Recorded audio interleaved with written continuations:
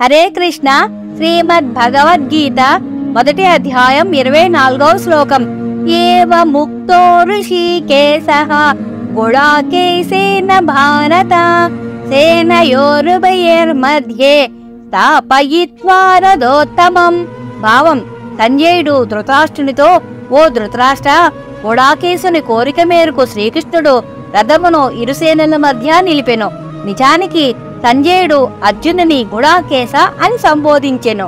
గుడాకేశ అంటే నిద్రను జయించినవాడు అని అర్థము. అర్జునుడు నిద్రను జయించినవాడు. అర్జునుడు నిద్రించినా నిద్ర లేకపోయినా అతనికి ఎటువంటి ఇబ్బంది కలగదు.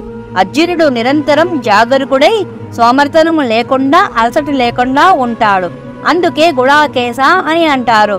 అటువంటి అర్జునుని యుద్ధరంగమునందు మీ కుమారులు ఎట్లా జయించగలరు అని సంజయుడు ధృతరాష్ట్రునికి సూచించెను.